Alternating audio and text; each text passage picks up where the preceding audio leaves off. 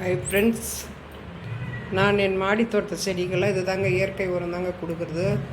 வாழைப்பழத்தோல் இது பாருங்கள், நல்லா காய வச்சுக்கணும். அந்த மாதிரி இது பாருங்கள், முட்டை ஓடு நம்ம வீட்டில் செய்கிற முட்டை ஓடு நல்லா தண்ணியில் கழுவிட்டு உணர்த்தி வச்சுக்கணுங்க.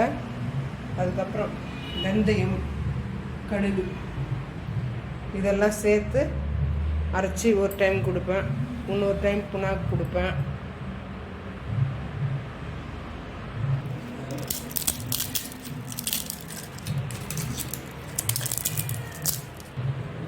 இது பாருங்க, நெக்ஸ்ட் முட்டை ஓடு போட்டுக்கலாம்.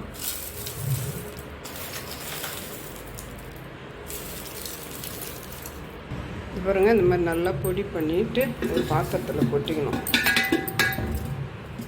இருங்க, எல்லாம் ஃபுல்லாக அரைச்சிட்டு காமிக்கிறேன்.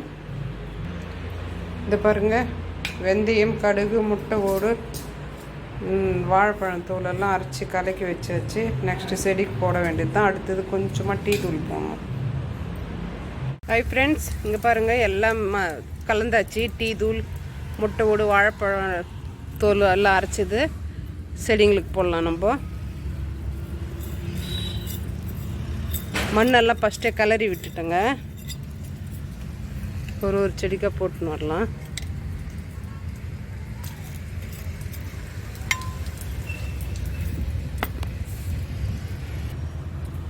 தக்காளி செடிக்கெல்லாம் ஃபஸ்ட்டு போட்டலாங்க.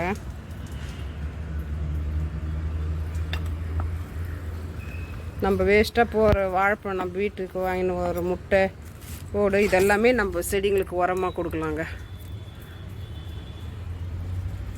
நெக்ஸ்ட் டைம் கொடுக்கும்போது புண்ணாக்கு உரம் கொடுப்பேன். டேரி பூச்செடி கொடுக்குறாங்க. இந்த பாருங்க, டேரி பூச்செடி, இது ஒரு டேரி பூச்செடி போல் சுற்றி கொடுக்கணும். நம்ம ஃபஸ்ட்டு மண் கலரி விட்டுருணும். நெக்ஸ்ட்டு ரோஸ் செடி கொடுக்கலாங்க. ரோஸ் நிறைய பூக்குது.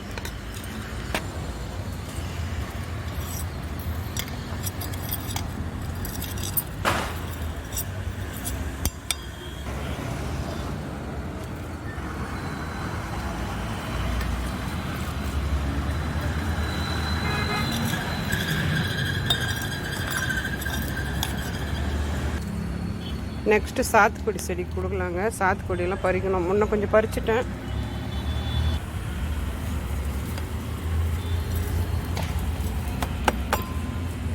எல்லா ரோஸ் செடிக்கு கொடுத்துட்டு வரேன்.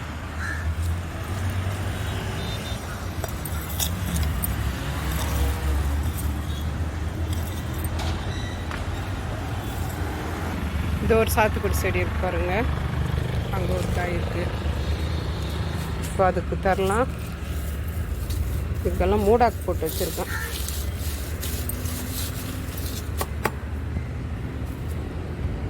நெக்ஸ்ட்டு கனகாமரம் செடி கொடுக்கலாங்க. நிறைய செடி இருக்குங்க. அவரை செடி, அந்த பக்கம்லாம் அவரை செடி எல்லாம் இருக்குது. கத்திரி செடி எல்லாம். டைம் ஆகும், இதோட முடிச்சுக்கலாம்.